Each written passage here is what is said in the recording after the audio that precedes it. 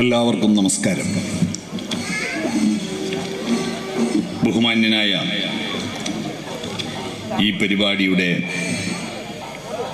അധ്യക്ഷൻ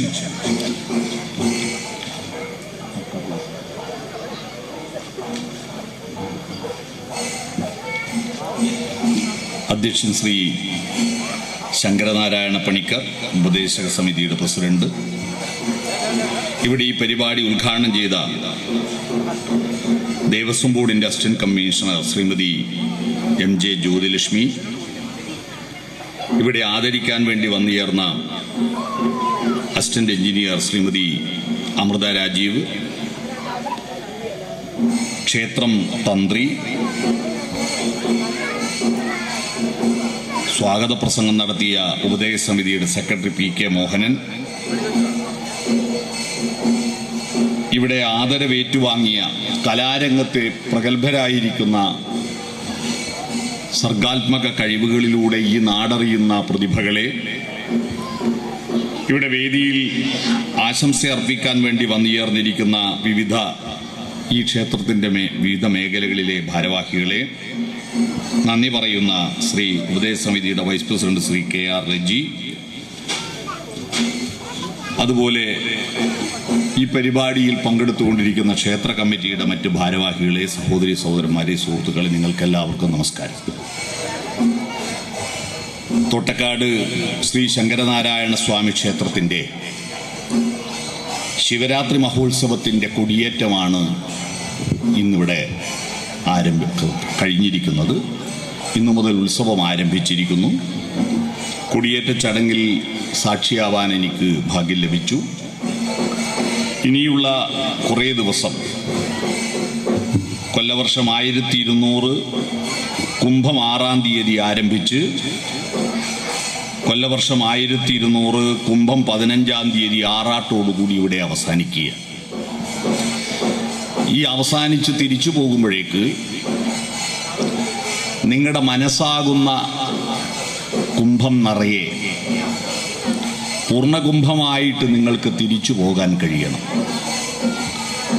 പ്രഗത്ഭ വ്യക്തികളെ സ്വീകരിക്കുന്നത് പൂർണ്ണകുംഭത്തോടെ സ്വീകരിക്കുന്ന ഒരു ചടങ്ങുണ്ട്. അതുപോലെ ഈ പൂർണ്ണകുംഭം എന്ന് പറയുന്നത്, കുംഭം എന്ന് പറയുന്നത് പാത്രമെന്നാണ് അർത്ഥം. മലയാള മാസങ്ങൾക്ക് പേര് വന്നത് എങ്ങനെയാണെന്ന് നിങ്ങൾക്കറിയുമായിരിക്കും. ആകാശത്തെ നക്ഷത്ര സമൂഹത്തെ കൂട്ടിച്ചേർത്തുകൊണ്ട് ഒരു ചിത്രം വരച്ചാൽ ഈ മാസം ആകാശത്തെ നക്ഷത്ര സമൂഹത്തെ കാണുന്ന ചിത്രം പാത്രത്തിൻ്റെ രൂപത്തിലായിരിക്കും. അതാണ് കുംഭമാസം എന്ന് പറയുന്നത്. മത്സ്യത്തിൻ്റെ രൂപത്തിൽ കാണുന്ന മാസമാണ് മീനമാസം. ആടിൻ്റെ രൂപത്തിൽ കാണുന്ന മാസമാണ് മേഷമാസം. മേഷമാണ് നമ്മുടെ മേടമായത്. പൂത്തിൻ്റെ രൂപത്തിൽ കാണുന്നതാണ് ഇടവമാസം. ഞണ്ടിൻ്റെ രൂപത്തിൽ കാണുന്നതാണ് കർക്കിടക മാസം. ഈ ഫാൻ ഇങ്ങനെ അടുത്ത് വെക്കല്ല, ഈ ഫാൻ അടുത്ത് വെക്കല്ല, കുറച്ച് ദൂരെ വെച്ചാൽ മതി. ഇത് മൈക്ക് പിടിക്കുന്നത്. പിന്നെ ഞണ്ടിൻ്റെ രൂപത്തിൽ കാണുന്നതാണ് കർക്കിടക മാസം. സിംഹത്തിൻ്റെ രൂപത്തിൽ കാണുന്നതാണ് സിംഹമാസം. അത് നമ്മളെ മലയാളത്തിൽ ചിങ്ങമാസമായി. കന്യകയുടെ രൂപത്തിൽ കാണുന്നതാണ്, താടിക്ക് കയ്യും പിടിച്ചിങ്ങനെ കാമുകനെ ഓർത്തിരിക്കുന്ന ഒരു കന്യകയുടെ ചിത്രമാണ് കന്നിമാസം. ത്രാസിൻ്റെ രൂപത്തിൽ കാണുന്നത് തുലാമാസം. തുലാസ് എന്ന് പറയല്ലോ ത്രാസിന്. തേളിൻ്റെ രൂപത്തിൽ കാണുന്നതാണ് വൃശ്ചിക മാസം. വൃശ്ചികം തേളാണ്. ധനുസ് വില്ലിൻ്റെ രൂപത്തിൽ കാണുന്നതാണ് ധനുമാസം. നർമ്മദാദേവിയുടെ വാഹനമായിരിക്കുന്ന മകരമത്സ്യം, മകരി എന്ന് പറഞ്ഞാൽ മുതല എന്നാണ്. മുതല മുഖവും ഉടൽ മത്സ്യവുമായിട്ടിരിക്കുന്ന ഒരു ജീവിയാണ് നർമ്മദാദേവിയുടെ വാഹനം.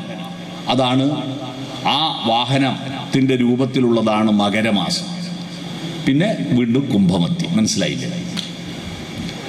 നമ്മുടെ ഈ ചുറ്റുവട്ടമുള്ള നക്ഷത്രങ്ങളും ഗ്രഹങ്ങളുമായി ബന്ധപ്പെട്ടിട്ട് മനുഷ്യൻ്റെ ജീവിതത്തിൻ്റെ കാലഗണനയുണ്ടായതാണ്. കാലഗണന ഉള്ള ഒരേ ഒരു ജീവി മനുഷ്യൻ മാത്രമാണ്. കാലഗണനയുള്ള ഒരേ ഒരു ജീവി. പക്ഷിമൃഗാദികൾക്കറിയാമോ ഇന്ന് തിങ്കളാഴ്ചയാണെന്ന്? പക്ഷിമൃഗാദികൾക്കറിയാമോ ഇന്ന് ഫെബ്രുവരി മാസമാണ്, കുംഭമാസമാണെന്ന് അറിയില്ല. അവർക്ക് മണിക്കൂറുകളും മിനിറ്റുകളൊന്നുമില്ല. അവർക്ക് കാഴ്ചയിൽ കാണുന്ന രാവും പകലും മാത്രമുണ്ട്. കാലത്തെ മുറിച്ച് കഷ്ണങ്ങളാക്കിയത് മനുഷ്യനാണ്. കാലബോധം നമുക്കാണുള്ളത്. കാലബോധമുള്ളത് കൊണ്ടാണ് അസ്തിത്വ ദുഃഖം മനുഷ്യനുണ്ടാവുന്നത്. അസ്തിത്വ ദുഃഖം എന്താണ്? നമ്മൾ എല്ലാ കാലത്തും ഇതുപോലെ നിൽക്കില്ലല്ലോ. ഈ നശ്വരതയുടെ ബോധം മനുഷ്യന് മാത്രമേ ഉള്ളൂ. പക്ഷിമൃഗാദികളൊന്നും ദൈവത്തെ പ്രാർത്ഥിക്കാത്തതിന്റെ കാരണം അവർക്ക് കാലബോധമില്ല, അസ്തിത്വ ദുഃഖമില്ല, മരണത്തെപ്പറ്റി ചിന്തയില്ല. അവരെല്ലാം ഒരു തവണയേ മരിക്കാറുള്ളൂ. മരിക്കുമ്പോൾ മാത്രമേ മരിക്കാറുള്ളൂ. മനുഷ്യൻ മാത്രമാണ് പലവട്ടം മരണത്തെപ്പറ്റി ചിന്തിക്കുന്നത്. ഒന്ന് ഗ്യാസ് കയറിയാൽ മതി, അറ്റാക്കാണോ മരിച്ചു പോകുമെന്ന് കരുതിയിട്ടാണ് അടുത്ത് ഒരു ജീരകം വറുത്ത വെള്ളം ചൂടാക്കി കുടിച്ചാൽ തീരേണ്ട വിഷയത്തിന് എവിടെ എത്തുന്നത്? വലിയ മെഡിക്കൽ കോളേജിൽ പോകുന്നത്. മരണഭയം മനുഷ്യനെപ്പോഴും ഉണ്ട്. അപ്പൊ കാലബോധത്തിന്റെ അടിത്തറയുള്ളത് കൊണ്ടാണ് മനുഷ്യന് ജീവിതത്തിന്റെ സമയബോധത്തിന്റെ മൂല്യം അറിയുന്നത്. ആ സമയബോധത്തിന്റെ മൂല്യം അറിയുന്നത് കൊണ്ടാണ് കാലാതിവർത്തിയായി നിൽക്കുന്ന ദൈവത്തെ പറ്റി ചിന്തയുണ്ടായത്. മരണാനന്തര ലോകത്തിലുള്ള അനശ്വരതയെക്കുറിച്ച്, മോക്ഷത്തെക്കുറിച്ച്, നിത്യശാന്തിയെക്കുറിച്ച് ചിന്തിക്കുന്നത് മനുഷ്യൻ മാത്രമാണ്. പക്ഷിമൃഗാദികളൊന്നും തന്നെ നിത്യശാന്തി നേരാറില്ല. അവർക്ക് മോക്ഷസങ്കല്പമില്ല. മനുഷ്യന് കാലബോധമുള്ളത് കൊണ്ടാണ്. ആ കാലബോധത്തിൽ കാലത്തിന് 3 പ്രതിരൂപങ്ങളുണ്ട്. ആ കാലത്തിന്റെ 3 പ്രതിരൂപങ്ങളെ കുറിച്ച് ഉപനിഷത്തുകളിൽ പറയുന്നുണ്ട്. ഏതാണ് കാലത്തിന്റെ 3 പ്രതിരൂപങ്ങൾ? 1 പ്രകൃതിയാണ്, 2 മനുഷ്യനാണ്, 3 ദൈവമാണ്. ഇത് 3നെയും ഒരുപോലെ കാണാൻ വേണ്ടിയിട്ടുണ്ടാകുന്ന ബുദ്ധിവിശേഷത്തെയാണ് സംസ്കാരം എന്ന് പറയുന്നത്.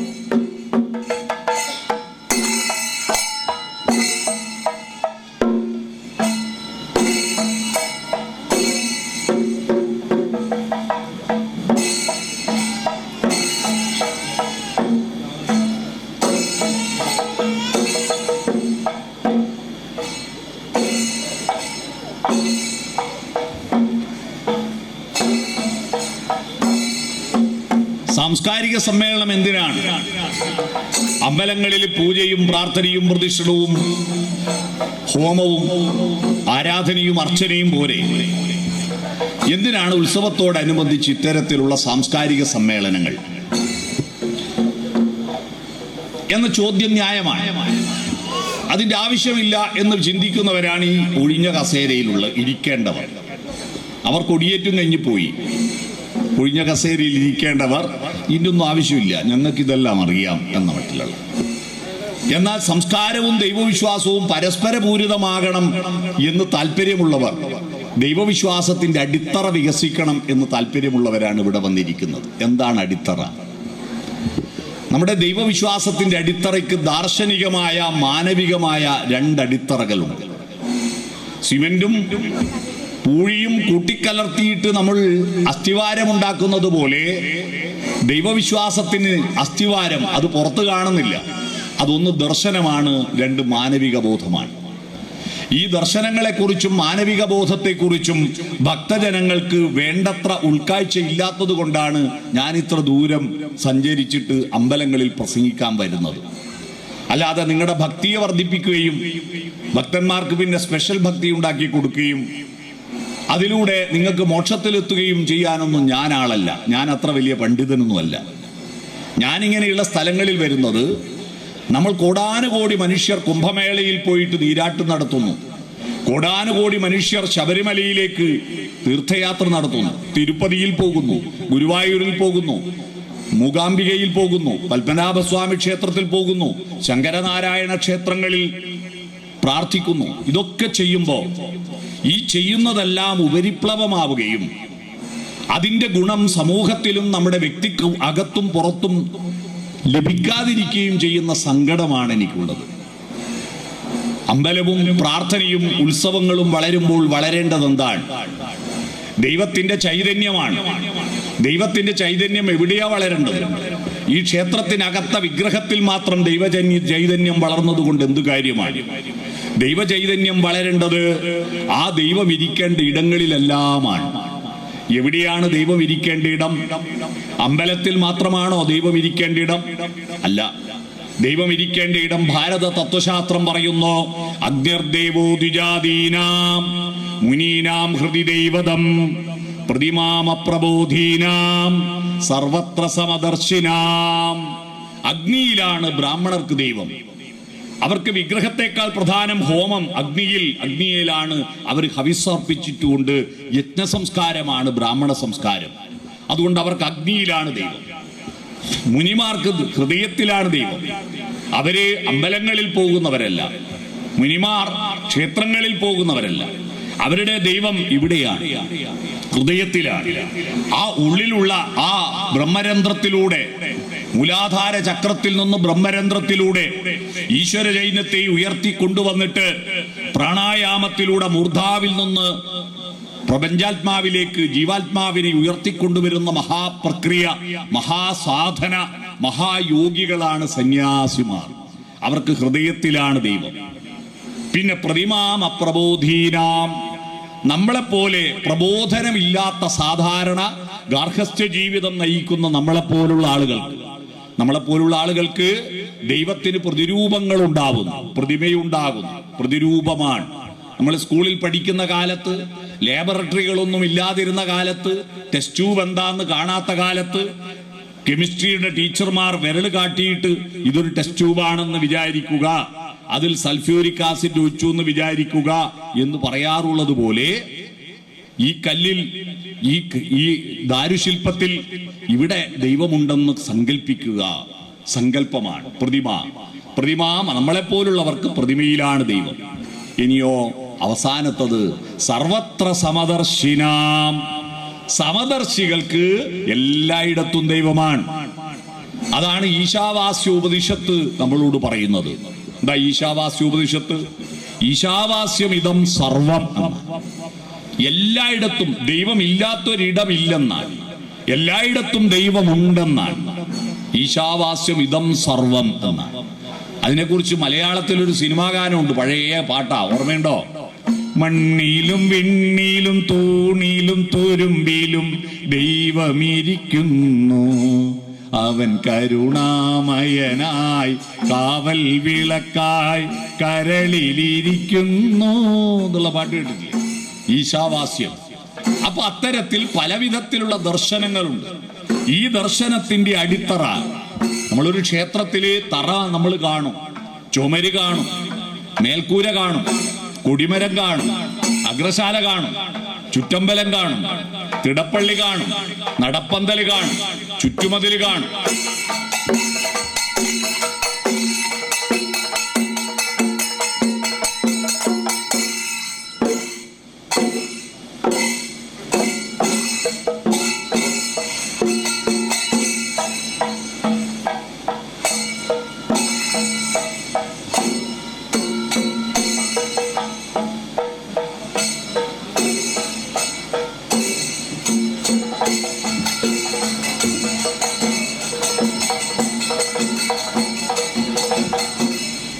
എല്ലാം ബാഹ്യമായി കാണുന്നതാണ്. പക്ഷെ ഈ ബാഹ്യത്തിന്റെ നിലനിൽപ്പിന് ആന്തരികമായി നമ്മളൊന്നും കാണാത്ത ഒന്നാണ് അസ്ഥിവാരം. ഞങ്ങൾ കണ്ണൂർ ജില്ലക്കാർ കുയ്യാട്ടാന്ന് അതിന് പറയാം, അസ്ഥിവാരം. ഈ അസ്ഥിവാരം ആരും കാണുന്നില്ലെന്നതുകൊണ്ട് അസ്ഥിവാരം വേണ്ടെന്ന് വെക്കുമോ? അസ്ഥിവാരം വേണ്ട, മണ്ണിന്റെ മേലെ തറകെട്ടി അതിന്റെ മേലെ ചുമര് വെച്ച് മേൽക്കൂരി എടുത്താൽ അത് തകർന്നു പോകും. നമ്മുടെ ഭക്തിയുടെ പ്രശ്നവും അതാണ്, അസ്ഥിവാരമില്ലാത്ത ഭക്തിയാകുന്നു. എന്താണ് അസ്ഥിവാരം? ആ അസ്ഥിവാരം ദാർശനികതയാണ്, ആ അസ്ഥിവാരം മാനവികതയാണ്. ഈ രണ്ട് അസ്ഥിവാരത്തിന്റെ മേലെ പടുത്തുയർത്തുന്നതാവണം നമ്മുടെ ഭക്തി. ദാർശനികതയാണ് ആദ്യം ഉണ്ടായത്. ഓം നമഃശിവായ, ഓം നാരായണായ എന്ന മന്ത്രങ്ങളെല്ലാം ഉണ്ടാകുന്നതിന് മുമ്പ് വേദങ്ങളുടെ കാലഘട്ടത്തിൽ വേദത്തിൽ എവിടെയും വിഷ്ണുവിനെയോ ശിവനെയോ പ്രാർത്ഥിക്കുന്നില്ല. വേദത്തിൽ പ്രാർത്ഥിക്കുന്നത് പ്രകൃതി ശക്തികളെയാണ്.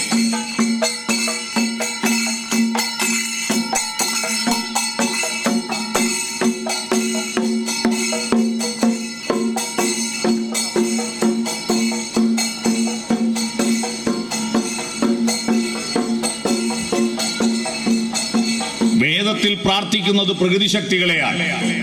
ഇപ്പൊ ഇവിടെ നോക്കൂ, ഈ ശിവേലി അല്ലേ ഇത്? ശിവേലി. ഈ ശിവേലിയിൽ ഓരോ സ്ഥലത്തെത്തുമ്പോൾ നിൽക്കുന്ന കണ്ടിട്ടുണ്ടോ? ആ നിൽക്കുന്ന എന്താ? എവിടെയാ നിൽക്കുന്ന? അഷ്ടദിക്പാലകന്മാരാണ്. അഷ്ടദിക്പാലകന്മാർ, അശ്വനി ദേവകളും അഷ്ടദിക്പാലകന്മാരെയും പ്രാർത്ഥിച്ചിട്ട് മാത്രമേ ദേവന്മാർ പോലും എന്തും തുടങ്ങാറുള്ളൂ. ഏതാണ് അഷ്ടദിക്പാലകൻ? കിഴക്ക് ദിക്കിന്, കിഴക്കെന്ന് പറയുന്നത് ഇന്ദ്രനാരാ? ദേവലോകത്തിന്റെ അധിപനായിട്ടല്ല ഇന്ദ്രൻ. ആകാശത്ത് മഴ പെയ്യിക്കുന്ന ആകാശത്തിന്റെ ദേവതയായിട്ടാണ് ഇന്ദ്രൻ വരുന്നത്. മഴ പെയ്യിക്കുന്ന ദൈവമാണ് ഇന്ദ്രൻ. മഴയുള്ളത് കൊണ്ടാണല്ലോ ഈ ഭൂമിയിൽ ദൈവമുണ്ടായത്. ചൊവ്വയിലും ചന്ദ്രനിലും ബുധനിലും ശുക്രനിലും ഒന്നും ദൈവത്തെ പ്രാർത്ഥിക്കുന്ന ഒരൊറ്റ അമ്പലമില്ല. എന്തുകൊണ്ടാ? അവിടെയൊന്നും വെള്ളമില്ല. വെള്ളം ഉണ്ടാകുമ്പോ വെള്ളത്തിലാണല്ലോ ജീവൻ ഉണ്ടായത്. വെള്ളത്തിലാണ് ജീവൻ ഉണ്ടായത്. അതാണ് ആദ്യത്തെ അവതാരം. മത്സ്യാവതാരമാണ് അല്ലേ? ആദ്യത്തെ അവതാരം മത്സ്യമാണ്. നമ്മുടെ ദേവി കന്യാകുമാരി എന്ന് പറയുന്നൊരു സിനിമയുണ്ട്, പണ്ടത്തെ സിനിമയാണ്. ഈ സിനിമയിലൊരു നല്ല പാട്ടുണ്ട്, മാധുരി പാടിയ പാട്ട്. നിങ്ങൾ കേട്ടിട്ടുണ്ടോ? ആ പാട്ടിന്റെ രംഗം നിങ്ങൾ കാണണം. ഈ പഴയ പാട്ടുകളുടെ ഒരു പ്രശ്നം എന്താന്ന് പറഞ്ഞാൽ നല്ല അർത്ഥമുള്ള പാട്ടായിരിക്കും, പക്ഷെ രംഗം മഹാബദ്ധായിരിക്കും. എനിക്ക് ഏറ്റവും ഇഷ്ടമുള്ള, മനസ്സിൽ എപ്പോഴും റേഡിയോയിലൂടെ ഞാൻ പാട്ട് കേൾക്കുമ്പോൾ ഏറ്റവും ഇഷ്ടമുള്ളൊരു പാട്ട്, ആറാട്ടിനാനകളെഴുന്നള്ളി ആഹ്ലാദ സമുദ്രം അല തല്ലി, ആറാട്ടിനാനകൾ എഴുന്നള്ളി ആനന്ദ ഭൈരവി, ആനന്ദ ഭൈരവി താളത്തിൽ മേളത്തിൽ അമ്പല തുളസികൾ തുമ്പി തുള്ളി, ആറാട്ടിനാനകൾ എഴുന്നള്ളി. ഒരു ഉത്സവത്തിന്റെ അന്തരീക്ഷം നമ്മുടെ മനസ്സിൽ ഉണ്ടാക്കുന്ന മനോഹരമായ പൂത്തുലഞ്ഞു കിടക്കുന്ന ഒരവസ്ഥയാണ്. ആ സിനിമയുടെ രംഗം കാണാൻ വേണ്ടി ഞാൻ യൂട്യൂബിൽ നിന്ന് എടുത്തു നോക്കിയപ്പോൾ നിരാശയായിരുന്നു ഫലം. പാട്ട് ഗംഭീരമാണ്, പക്ഷേ മധു ജയഭാരതിയും കയ്യും പിടിച്ചിട്ട് മരത്തിന്റെ ചോട്ടെന്ന് ആറാട്ടിനാനകൾ എഴുന്നള്ളി. ഇതേ ഉള്ളൂ. ഒരാനയും ഇല്ല, ഒരു ഉത്സവവും ഇല്ല, ഒരാനന്ദ ഭൈരവിയും ഇല്ല. അതാണ് പഴയ സിനിമകളുടെ ഒരു പ്രശ്നം. ഇന്നത്തെ ആണെങ്കിൽ നല്ല രംഗമായിരിക്കും, പക്ഷേ പാട്ട് മഹാബദ്ധമായിരിക്കും. പാട്ടിന്റെ അർത്ഥം മഹാബദ്ധമായിരിക്കും, രംഗങ്ങൾ ഗംഭീരമായിരിക്കും. എന്നാൽ പണ്ടത്തെ പാട്ടിൽ അർത്ഥവും രംഗവും സുന്ദരമായിരിക്കുന്ന ഒരു പാട്ടാണ് മാധുരി കന്യാകുമാരി സിനിമയിൽ പാടിയത്. കണ്ണാ, കേട്ടിട്ടുണ്ടോ? കണ്ണാലില കണ്ണാ പാലാഴിത്തീരയിലൊഴുകും ആലില കണ്ണാ, ഞാനൊരു കന്നിമുക്കുവ പെണ്ണ്, എന്റെ തോണിയിലെ പൊന്നു വേണോ പൊന്ന് എന്നുള്ളൊരു പാട്ടില്ലേ? മൈക്കിന്റെ ആളില്ലേ? മൈക്കിന്റെ ആൾ. ഈ പാട്ടുകാർക്ക് മാത്രമേ എക്കോയെല്ലാം കൊടുക്കൂ. നിങ്ങൾ ഇങ്ങനെ വർത്താനം പറയില്ല, നമ്മൾ ലേശം ഒന്ന് സഹകരിക്കപ്പോ. ഈ ബോക്സ് തീരെ ഒച്ചയില്ല, ഇത് ഒച്ചയില്ല. അപ്പോ ഈ പാട്ടിന്റെ രംഗത്ത് ഒരു കന്യാകുമാരി ഇങ്ങനെ ഒരു കട്ടമരം തുഴഞ്ഞു പോകുന്ന രംഗമുണ്ട്. ആ രംഗത്തിൽ അതിമനോഹരമായ രംഗം മത്സ്യാവതാരത്തെ പറ്റി പരാമർശിക്കുന്നുകൊണ്ടാണ് ഞാനത് പറഞ്ഞത്. നീ പണ്ടൊരു പൂത്തിമിംഗിലമായി അന്ന് നിന്റെ യൗവനം തുഴഞ്ഞു വന്ന നീരാഴി. തിമിംഗലമായതിനെ പറ്റി പറയുന്നത് അതാണ്. ആദ്യം മത്സ്യം, വെള്ളമുണ്ടായി. പിന്നെ വെള്ളത്തിലും കരയിലും, വെള്ളത്തിലെ ജീവനുണ്ടായി മത്സ്യം. വെള്ളത്തിലും കരയിലും ജീവിക്കുന്ന കൂർമ്മം ആമയുണ്ടായി. ആ ആമ കാട്ടിലെ മൃഗമായി, വരാഹമായി. പിന്നീട് മുഖം കണ്ടാൽ സിംഹവും ഉടല് കണ്ടാൽ നരനുമായി, മരത്തിന്റെ മേലെ കയറുന്ന നരസിംഹമായി. പിന്നീട് മരത്തിൽ നിന്ന് താഴത്തിറങ്ങിയിട്ട് വാലൊക്കെ പോയതിനു ശേഷം അറിവ് നേടിയിട്ട് പ്രകൃതി ശക്തികളെ, പ്രകൃതിയുടെ വിഭവങ്ങൾ കൊണ്ട് ഉപകരണങ്ങൾ ഉണ്ടാക്കി, ഓലക്കുടയുണ്ടാക്കി ചൂട് നടക്കുന്ന ഒരാളുണ്ടായി. അദ്ദേഹത്തിന്റെ കാലഘട്ടത്തോടു കൂടിയാണ് എണ്ണാനും അളക്കാനും തുടങ്ങിയത്. 3 അടി അളന്നല്ലോ, അതുവരെ എണ്ണം ഉണ്ടായിരുന്നില്ല. മഴവില്ലിന് 7 നിറമുണ്ടെന്ന് മനുഷ്യൻ വന്നതിന് ശേഷം മാത്രമേ എണ്ണിയിട്ടുള്ളൂ. അതിനു മുമ്പ് കോടാനുകോടി വർഷങ്ങളായിട്ട് ആനകളും കടുവകളും ദിനോസറുകളും ഈ ഭൂമിയിൽ ഉണ്ടായിട്ടും മഴവില്ലിന്റെ സൗന്ദര്യം നോക്കിയിട്ട് violet, IndiGo, blue, green, yellow, orange, red, VIBGYOR എന്ന് ആരും കണ്ടിട്ടില്ല, ആരും എണ്ണിയിട്ടില്ല. പാലമരത്തിന്റെ ഒരു ഞെട്ടിൽ 7 ഇലകളുണ്ടെന്ന് ആരും എണ്ണിയിട്ടില്ല. മനുഷ്യൻ വന്നതിന് ശേഷമാണ് 7 ഇലം പാല പുത്തു, പൂമരങ്ങൾ കൂട നിവർത്തൂ, വെള്ളിമലയിൽ എന്ന് പാട്ടുപാടിയത്.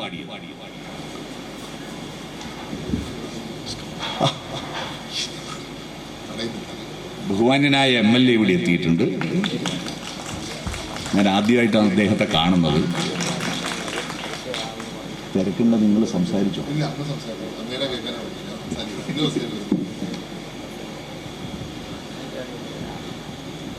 അപ്പൊ എണ്ണം തുടങ്ങിയപ്പോ, എണ്ണത്തിന്റെ കാലഘട്ടം, പ്രകൃതി ശക്തികൾ, പ്രകൃതിയിലെ ഉപകരണങ്ങൾ ഉപയോഗിച്ച് കൊടയുണ്ടാക്കിയ കാലഘട്ടത്തിന്റെ പ്രതീകമാണ് വാമനൻ. ഓലക്കൊടിയേന്തിയ വാമനൻ. 3 അടി അളന്നല്ലോ, 3 അടി അളന്നു. ലീഗൽ മെട്രോളജി വന്നത് അപ്പോഴാ. പക്ഷെ ഇന്നാണെങ്കിൽ ലീഗൽ മെട്രോളജി വകുപ്പ് പ്രകാരം വാമനെതിരെ കേസ് കൊടുക്കും. കാരണം അളക്കുന്നതിന് മാനദണ്ഡം ഉണ്ടായിരുന്നില്ല. 3 അടി പറഞ്ഞിട്ട് വലിയ കാലം കൊണ്ട് അളക്കാൻ പോയി. സ്വർഗവും ഭൂമിയും പാതാളെല്ലാം അളന്നു. അതാണ് പ്രശ്നം. മഹാബലിയെ പാതാളത്തിലയച്ചത്. അതിനുശേഷമാണ്, വാമന് ശേഷമാണ് ലോഹയുഗത്തിലേക്ക് മനുഷ്യൻ പ്രവേശിക്കുക.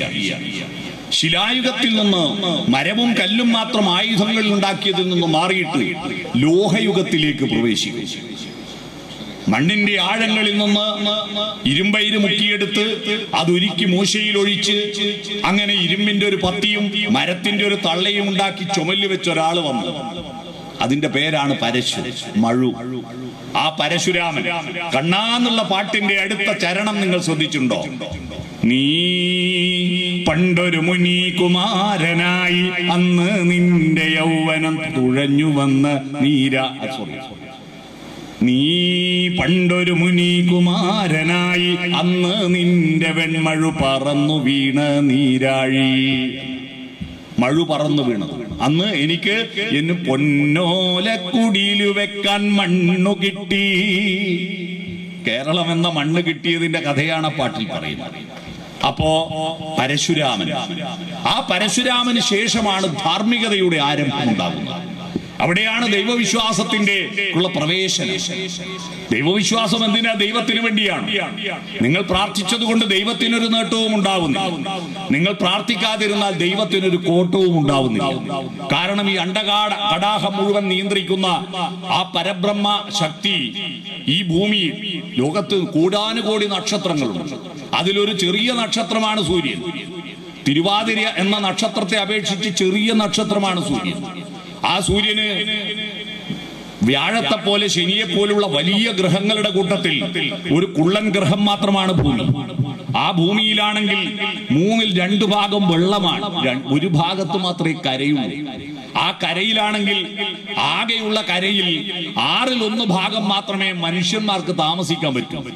ബാക്കി 6ൽ 5 ഭാഗവും ഒന്നിക്കിൽ ചതുപ്പും, അല്ലെ പുഴയും, അല്ലെ ഘോര വനവും, അല്ലെ മരുഭൂമിയുമാണ്. ആ 6ൽ 1 ഭാഗത്ത് 7 വൻകരകളും. അതിലൊരു ഏഷ്യ വൻകരയിൽ റഷ്യയെയും ചൈനയെയും അപേക്ഷിച്ച് ഇന്ത്യ ചെറിയ രാജ്യമാണ്. ആ ചെറിയ രാജ്യമായ ഇന്ത്യയിൽ മഹാരാഷ്ട്രയെ പോലെ, രാജസ്ഥാനെ പോലുള്ള വലിയ സംസ്ഥാനങ്ങളുടെ കൂട്ടത്തിൽ ഒരു നേന്ത്രപ്പഴത്തിന്റെ വലിപ്പത്തിൽ മാത്രമുള്ള നമ്മുടെ ബഹുമാനപ്പെട്ട MLA-യുടെ പിതാവ് മുഖ്യമന്ത്രിയായിരുന്ന ഈ കൊച്ചു കേരളം, ആ കൊച്ചു കേരളത്തിൽ 14 ജില്ലകളുണ്ട്. ആ 14 ജില്ലകളിൽ ഒരു ജില്ലയായ കോട്ടയം ജില്ലയിൽ, ആ കോട്ടയം ജില്ലയിൽ ഒരുപാട് പഞ്ചായത്തുണ്ട്. അതിലൊരു പഞ്ചായത്താണ് ഇതേതാ പഞ്ചായത്ത്? വാകത്താനം പഞ്ചായത്ത്. വാകത്താനം പഞ്ചായത്തിൽ ഒരു വാർഡിൽ ഒരു മൂലക്ക് ഉള്ള ഒരു വീട്ടിൽ ഒരു റൂമിൽ ഒരു കട്ടിലിന്റെ പക്കത്തിരിക്കുന്ന നമ്മൾ വിചാരിച്ചിട്ട് ഈ ദൈവത്തെ നന്നാക്കാൻ പറ്റുമോ? ആലോചിച്ചു. അനന്തമജ്ഞാതം അവർണ്ണനീയം ഈ ലോകഗോളം തിരിയുന്ന മാർഗം അതിങ്കലെങ്ങാണ്ടൊരിടത്തിരുന്ന് നോക്കുന്ന മർത്യൻ കഥയെന്തു കണ്ടു. ആലപ്പാട്ടിന്റെ വരികളാണ്. ആ മനുഷ്യൻ പക്ഷേ ഈ കൊച്ചു മനുഷ്യൻ വലുതാവണമെങ്കിൽ എന്ത് വേണം? അവന് ഗരിമയിലേക്ക് പോകണമെങ്കിൽ അവൻ ദൈവത്തോട് അടുക്കണം.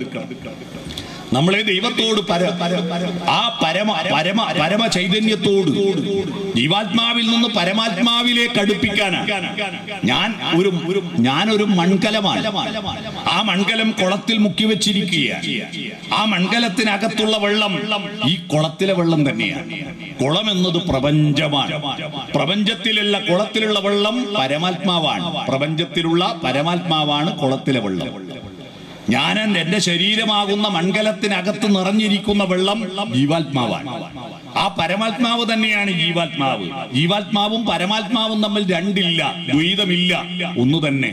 അദ്വൈതമതാണ്. എന്നിലും നിന്നിലും ഹിന്ദുവിലും മുസ്ലിമിലും ക്രിസ്ത്യാനിയിലും എല്ലാം കുടിയിരിക്കുന്ന ഒറ്റ ചൈതന്യമാണ്. ഭാരതത്തിൽ പണ്ട് ശൈവരും വൈഷ്ണവരും ഉണ്ടായിരുന്നു, ഗാണപത്യരും ശാക്തേരും ഉണ്ടായിരുന്നു. ഹിന്ദുമതം ഉണ്ടാകുന്നതിന് മുമ്പ് ഹിന്ദു എന്ന വാക്ക് അൽ-ബറൂനി വിളിച്ചപ്പോഴാണ് ഹിന്ദു എന്ന വാക്കുണ്ടായത്. മുസ്ലിങ്ങളാണ് വിളിച്ചത് ഹിന്ദു എന്ന്. ഇൻഡസിന്റെ സിന്ധുവിന്റെ തീരത്ത് താമസിക്കുന്നവരെ സിന്ധുക്കൾ എന്ന അക്ഷര അവരെ ഭാഷയില്ലാത്തത് കൊണ്ട് ഹിന്ദുക്കൾ എന്ന് വിളിച്ചു, അത്രമാത്രം. പേർഷ്യൻ യാത്രികനായ അൽ-ബറൂനി അദ്ദേഹമാണ് ഹിന്ദു എന്ന് വിളിച്ചത്. അതിനു മുമ്പ് ഇന്ത്യയിൽ മതങ്ങൾ 4 ആയിരുന്നു: ശൈവർ, വൈഷ്ണവർ, ഗാണപത്യർ, ശാക്തേയർ. കൽക്കത്തയിൽ ഏറ്റവും കൂടുതൽ ശാക്തേയരായിരുന്നു. ദേവിയെ ആരാധിക്കുന്നവരായിരുന്നു. അവര് ദേവിയെ വിളിക്കുക ബന്ധുരെ എന്നാണ്. പാഥേയം എന്നൊരു സിനിമ നിങ്ങൾ കണ്ടിട്ടുണ്ടോ? മമ്മൂട്ടിയുടെ. അതിൽ കൽക്കത്തയെ പശ്ചാത്തലമാക്കിയിട്ടാണ് സിനിമ ആരംഭിക്കുന്നത്. അതിലൊരു പാട്ടുണ്ട്, മലയാളത്തിൽ ഒരു പാട്ട് തുടങ്ങുന്നതിന്റെ ഹമ്മിങ് നിങ്ങൾക്ക് ഓർമ്മയുണ്ടോ? ബന്ധുരേ ബന്ധുരേ ബന്ധുരേ. എന്നാൽ മഹാരാഷ്ട്ര ഭാഗത്ത് ഗാണപത്യരാണ്. ഗണപതി ഗണപതി ബപ്പ മോറിയ മംഗളമൂർത്തി മോറിയ. ബംഗാളിനെ ആസ്പദമാക്കിക്കൊണ്ട് മോഹൻലാൽ നായകനായി എടുത്ത സിനിമയാണ് അഭിമന്യു. ആ സിനിമയിലായി ഈ പാട്ട്. ഹിമാലയ താഴ്വരയിൽ ശൈവരായിരുന്നു. എന്നാൽ കുറച്ചുകൂടി ഇങ്ങോട്ടേക്ക് വരുമ്പോ, ഗംഗാതടത്തിൽ ഇങ്ങോട്ട് വരുമ്പോ വൈഷ്ണവരായിരുന്നു പ്രാധാന്യം. ദ്രാവിഡന്മാര് ഭൂരിപക്ഷവും ശൈവരായിരുന്നു. അപ്പൊ ശൈവമതവും വൈഷ്ണവ മതവും തമ്മിൽ വലിയ സംഘർഷങ്ങൾ ഉണ്ടായിരുന്ന ഒരു കാലഘട്ടം ഉണ്ടായിരുന്നു. അത് പിന്നീട് ദേവാസുര യുദ്ധങ്ങളായിട്ട് കഥകളുണ്ടായി. ഇപ്പൊ രാവണൻ ശൈവനാണ്. രാവണന്റെ ചന്ദ്രഹാസം ആര് കൊടുത്തതെന്നറിയോ? രാവണന്റെ ചന്ദ്രഹാസം ശിവൻ കൊടുത്തതാണ്. രാവണന്റെ ചന്ദ്രഹാസം. ബാഹുബലി സിനിമ കണ്ടിട്ടുണ്ടോ നിങ്ങൾ? ബാഹുബലി സിനിമയിൽ ബാഹുബലിയുടെ അമ്മ 1000 പാത്രം വെള്ളം ശിവലിംഗത്തിന് അഭിഷേകം നടത്തിയിട്ടെങ്കിലും എന്റെ മകൻ ഒരച്ചടക്കത്തോട് വളരണമെന്ന് പ്രാർത്ഥിക്കുക. അപ്പോ അമ്മ ഇങ്ങനെ വെള്ളവും കൊണ്ട് കഷ്ടപ്പെട്ട് പോന്ന കണ്ടിട്ട് ബാഹുബലി ആ ശിവലിംഗത്തെ അപ്പാടെടുത്തിട്ട് കല്ലടക്കം ചുമല് വെച്ചിട്ട് ഒരു പോക്കുണ്ട്. ആ പോകുമ്പോ ഒരു പാട്ടുണ്ട്: ജടാകടാഹ സംഭ്രമ ഭ്രമം നിലിംബ നിർജരി വിലോലവി ജീവല്ലരി വിശാലമാനമൂർധനി കിശോര ചന്ദ്രശേഖരെ രതി പ്രദക്ഷിണം മമ എന്ന് അവസാനിക്കുന്ന ആ മന്ത്രം രാവണകൃത ശിവസ്തോത്രമാണ്. രാവണൻ എഴുതി എന്ന് പറയുന്നു. ഈ ശൈവരും വൈഷ്ണവരും തമ്മിൽ വേറെ നിൽക്കേണ്ടവരല്ലെന്നും ഇതൊന്നിച്ചു നിൽക്കേണ്ടവരാണെന്നും അദ്വൈതമാണെന്നുമുള്ള ചിന്ത ഉണ്ടാക്കിയത് ജഗദ്ഗുരു ആദിശങ്കരൻ. അങ്ങനെയാണ് ശങ്കരനാരായണ ക്ഷേത്രങ്ങൾ ഉണ്ടായത്. മനസ്സിലാക്കണം ഇതിന്റെ ചരിത്രം. ശങ്കരനും നാരായണനും പരസ്പര പൂരിതമാണ് എന്ന് പറഞ്ഞാൽ ജീവിതവും മരണാനന്തര ലോകം സംഹാരമൂർത്തിയായി ശിവനും, ജീവിത ലോകം സ്ഥിതികാരകനായ വിഷ്ണുവിനും, അത് രണ്ടും ചേർന്നിട്ട് പരസ്പര പൂരിതമായിട്ട് നിൽക്കുന്ന ശങ്കരനാരായണ ക്ഷേത്രങ്ങൾ ഉണ്ടാക്കിയത് ആ കാലഘട്ടത്തോടു കൂടിയാണ്. ആ കാലഘട്ടത്തിന്റെ ഉൽപ്പന്നമാണ് രാമന്റെ കഥ പറയുന്ന വൈഷ്ണവരുടെ കഥയാണ് രാമായണം. പക്ഷെ ആ രാമായണം ഭക്തിപ്രസ്ഥാനത്തിന്റെ കാലഘട്ടത്തിൽ എന്ത് കാവ്യമാണ്? ഉമാമഹേശ്വര സംവാദമാണ്. മഹേശ്വരൻ ശിവൻ ഉമയ്ക്ക് കഥ പറഞ്ഞു കൊടുക്കുകയാണ്. അതാണ് രാമായണം. നിങ്ങൾ കണ്ടിട്ടുണ്ടാവും, അധ്യാത്മ രാമായണം വായിക്കുന്നവർക്കറിയാം. കൈലാസേശ്വരനായിരിക്കുന്ന ശിവനോട് പാർവതി ചോദിക്കുകയാണ്, ഈ ഭൂമിയിൽ ഉത്തമനായ മനുഷ്യർ ആരാണ്? അപ്പോ ശിവൻ പറഞ്ഞു കൊടുക്കുക, മര്യാദാ പുരുഷോത്തമനായ രഘുകുല വംശതിലകമായിരിക്കുന്ന ശ്രീരാമചന്ദ്രനാണ് ഉത്തമൻ. അവനെ പറ്റിയിട്ട് എനിക്ക് പറഞ്ഞു തരൂ എന്ന് പറഞ്ഞിട്ട് ആ കഥ ശിവൻ പാർവതിയോട് പറഞ്ഞു കൊടുത്തു. പാർവതിയോട് പറഞ്ഞു കൊടുക്കുമ്പോ പാർവതി ആ കഥ കേൾക്കുമ്പോ മറ്റൊരാൾ കൂടി അത് കേട്ടു. ഞാൻ പറഞ്ഞു വന്നത്, പരമേശ്വരൻ പാർവതിയോട് കഥ പറഞ്ഞു കൊടുക്കുമ്പോ ഒരാളത് കേട്ടു. ആരാ കേട്ടെ? പാർവതിയുടെ തോളത്തുനിന്ന് ഒരാൾ കേട്ടു. ആ കേട്ടുകൊണ്ട് നമുക്കുണ്ടായ ഭാഗ്യം അറിയോ? ആരാ കേട്ടെ? ഓമനത്തിങ്കൾ കിടാവോ എന്ന ഇരീമൻ തമ്പിയുടെ താരാട്ടുപാട്ട് കേട്ടിട്ടില്ലേ? സ്വാതി തിരുനാളിന് ഉറക്കാൻ വേണ്ടി അതിലൊരു വരിയുണ്ട്, ഈശ്വരൻ തന്ന നിധിയോ പരമേശ്വരി എന്തും കിളിയോ. പരമേശ്വരിയുടെ തോളത്തൊരു പഞ്ചവർണ്ണ കിളിയുണ്ട്. അത് പാർവതിയുടെ സന്തത സഹചാരിയാണ്. ആ കിളി അത് മുഴുവൻ കേട്ടിട്ട് അവൾ പറന്നു കലിയുഗത്തിൽ തിരൂരുള്ള തുഞ്ചംപറമ്പില് രാമാനുജന്റെ അടുത്തെത്തി. ആ കിളിയെ രാമാനുജൻ പാലും പഴവും കൊടുത്ത് വിളിച്ചിരുത്തി, ചാരിക പൈതലേ ചാരുശീലേ വരൂ, കഥയമമ കഥ രാഘവീയം കാകുൽസ്ഥലീലകൾ കേട്ടാൽ മതിവരാ എന്ന് പറഞ്ഞിട്ട് അവളെ വിളിച്ചിരുത്തിയിട്ട് ആ പൈങ്കിളി എഴുത്തച്ഛനോട് ഈ കഥ പറഞ്ഞു കൊടുത്തു. ആ കഥ എഴുത്തച്ഛൻ നമുക്ക് പറഞ്ഞു തന്നു. അതാണ് രാമായണം കിളിപ്പാട്ട്. മനസ്സിലായോ? കിളിപ്പാട്ടായത് എങ്ങനെയാന്ന് മനസ്സിലായോ? ഒരു രാമായണം കിളിപ്പാട്ടാവാൻ 4 കാരണങ്ങളുണ്ട്. ആ 4 കാരണങ്ങളിൽ ഒരു കാരണം ഇതാണ്. രണ്ടാമത്തത് കിളിവിയുടെ പാട്ട് പോലുള്ള വൃത്തമാണ്. അങ്ങനെ കുറെ കാര്യങ്ങളുണ്ട്. അതിലേക്ക് അത് ഭാഷാശാസ്ത്രം പഠിക്കുന്നവർക്കറിയാം. ഞാൻ പറഞ്ഞു വന്നത്, അപ്പോ വൈഷ്ണവ കഥയായിരിക്കുന്ന രാമായണം ശിവന്റെ നാവിൽ നിന്ന് നമ്മൾ കേൾക്കുന്നു. അത്തരത്തിൽ ശങ്കരനാരായണ ബിംബങ്ങളെ ചേർത്തു വെക്കുന്ന ഒരു സംസ്കാരം നമ്മുടെ രാജ്യത്തുണ്ടായതിന്റെ ഭാഗമാണ് ഈ ക്ഷേത്രമൊക്കെ ഉണ്ടായത് എന്ന് നമ്മൾ ഓർക്കണം. അപ്പോ ഈ പരശുരാമന് ശേഷം വരുന്നത് ശ്രീരാമൻ. ഈ രാമായണം എന്ന് പറയുന്നത്, രാമായണം മനുഷ്യന്റെ ധാർമ്മികതയെ കുറിച്ചിട്ടുള്ള ആദ്യത്തെ അറിവ് കൊടുക്കുന്ന കാവ്യമാണ്. പക്ഷിമൃഗാദികളെ പോലെ ജീവിക്കേണ്ടവരല്ല മനുഷ്യൻ. പക്ഷിമൃഗാദികളും മനുഷ്യരും തമ്മിൽ എന്താ വ്യത്യാസം? പ്രധാനമായിട്ട് സിമ്പിളായിട്ട് പറയുന്ന ഒരു വ്യത്യാസം പറയാം. രൂപങ്ങളിലൊന്നും ഒരു വ്യത്യാസവും ഇല്ല കേട്ടോ. മൃഗങ്ങൾക്ക് പല രൂപമുണ്ട്. അതുപോലെ നമുക്കൊരു രൂപം കിട്ടിയിട്ടുണ്ടെന്നേ ഉള്ളൂ. കടുവയെ പോലെയല്ല കുരങ്ങ്, കുരങ്ങിനെ പോലെയല്ല പോത്ത്, പോത്തിനെ പോലെയല്ല ആന, ആനയെ പോലെയല്ല മുതല. പലരും പല രൂപം. അതുപോലെ നമുക്കൊരു രൂപം കിട്ടിയിട്ടുണ്ട്. പക്ഷെ ഘടനയല്ല ഒരുപോലെയാണ്. മൃഗങ്ങൾക്കെല്ലാം 2 കണ്ണാണ്, നമുക്കും 2 കണ്ണ്. മൃഗങ്ങൾക്കെല്ലാം മൂക്കിന് 2 ദ്വാരമാണ്, നമുക്കും 2 ദ്വാരം തന്നെയാണ്. മൃഗങ്ങൾക്കെല്ലാം 2 ചെവിയാണ്. എല്ലാത്തിനും ചോരക്ക് നിറം ചുവപ്പാണ്, അസ്ഥിക്ക് നിറം വെളുപ്പാണ്. ഓക്സിജനാണ് ശ്വസിക്കുന്നത്. അതുകൊണ്ട് അതിന്റെ അടിസ്ഥാനപരമായ ബേസിക് സ്ട്രക്ചർ നമ്മുടെ മൃഗത്തിൻ്റെതാണ്. മൃഗഭാവമാണ് നമ്മുടെ ഉള്ളില്. മനുഷ്യനാവുന്നത് ഇതിനകത്തൊരു സോഫ്റ്റ്വെയർ ഉണ്ടാകുമ്പോഴാണ്, തന്നെ പറ്റി അറിയുമ്പോഴാണ്. ഞാൻ മനുഷ്യനാണെന്നും നിങ്ങളുടെ പേരെന്താണെന്നും ഇത് തോട്ടക്കാട് എന്ന പ്രദേശമാണെന്നും ഇത് വാകത്താനം പഞ്ചായത്താണെന്നും നമുക്കറിയാം. നമ്മുടെ പേര് നമുക്കറിയാം. ആനക്ക് തന്റെ പേര് ആനയാണെന്ന് അറിയില്ല. താൻ നായയാണെന്ന് അറിയുന്ന ഒരു നായി ലോകത്തില്ല. ഭൂമിക്ക് എന്ന് പേര് കൊടുത്തത് നമ്മളാണ്. കാട്ടിലെ രാജാവ് സിംഹമാണെന്ന് ഇതുവരെ ഒരു സിംഹവും അറിയില്ല. നമ്മൾ നിശ്ചയിച്ചു. സിംഹം അറിഞ്ഞെങ്കിൽ പിറ്റേന്ന് കൊട്ടാരം വേണമെന്ന് പറഞ്ഞു. അതിപ്പോ നിലത്ത് കിടന്നുറങ്ങുക. നമ്മൾ നിശ്ചയിച്ചതാണ് സിംഹമാണ് കാട്ടിലെ രാജാവല്ല. സൂര്യന് സൂര്യനെന്നും ആകാശത്തിന് ആകാശമെന്നും ഈ ലോകത്തിലെ സകലതിനും പേര് കൊടുത്ത് നമ്മളാണ്. അതെപ്പോഴാ? നമ്മുടെ ഉള്ളിൽ ഒരു ബോധമണ്ഡലം ഉയർന്നപ്പോഴാണ്.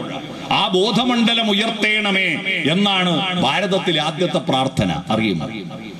ഭാരതത്തിലെ ആദ്യത്തെ പ്രാർത്ഥന വേദങ്ങളുടെ മൂലമന്ത്രമാണ്. വേദങ്ങളുടെ മൂലമന്ത്രം എന്താണ്? ഗായത്രിയാണ്. ഗായത്രി, സൂര്യഗായത്രി. ആ സൂര്യനെ അർഘ്യം കൊടുത്ത് സ്വീകരിച്ചുകൊണ്ട് പ്രഭാതങ്ങളെ സ്വീകരിക്കണം. നിങ്ങളുടെ ഭക്തിയിൽ നമ്മുടെ നാട്ടിൽ ഇപ്പോ ക്ഷേത്രങ്ങളെല്ലാം ഗംഭീരമാവുമ്പോഴും സംസ്കാരം വളരാത്തത്, സ്നേഹം വളരാത്തത്, കരുണ വളരാത്തത് ഈ ദൈവത്തിന്റെ അത്ഭുത പ്രതിഭാസമായിരിക്കുന്ന ആ പ്രഭാതത്തെ നമ്മുടെ പുതിയ തലമുറ കാണുന്നില്ല എന്നതാണ്. പ്രഭാതത്തെ സ്വീകരിക്കുന്നില്ല. പ്രഭാതത്തിൽ രാവിലെ വാതിൽ തുറന്നിട്ട് ആ പ്രഭാതത്തെ സ്വീകരിക്കണ്ടേ? ഈ കേരളത്തിൽ ആയിരക്കണക്കിന് ആത്മഹത്യകൾ ഇല്ലാതാക്കിയ ഒരു മനുഷ്യനുണ്ട്. പക്ഷെ അദ്ദേഹമാണ് ആത്മഹത്യകൾ ഇല്ലാതാക്കിയതെന്ന് ആരും അറിയില്ല. ആ മനുഷ്യൻ 2 മാസം മുമ്പ് മരണപ്പെട്ടു പോയി. അദ്ദേഹം പാലിയത്ത് വളപ്പിലാണ് ഇപ്പൊ അന്ത്യവിശ്രമം കൊള്ളുന്നത്. ആ മനുഷ്യൻ പാടിയൊരു പാട്ട്, ആ പാട്ട് ഒരു ദിവസം കേട്ടെങ്കിൽ അന്ന് അയാൾ ആത്മഹത്യയില്ല എന്ന് ഞാൻ അച്ചട്ടായിട്ട് പറയാം.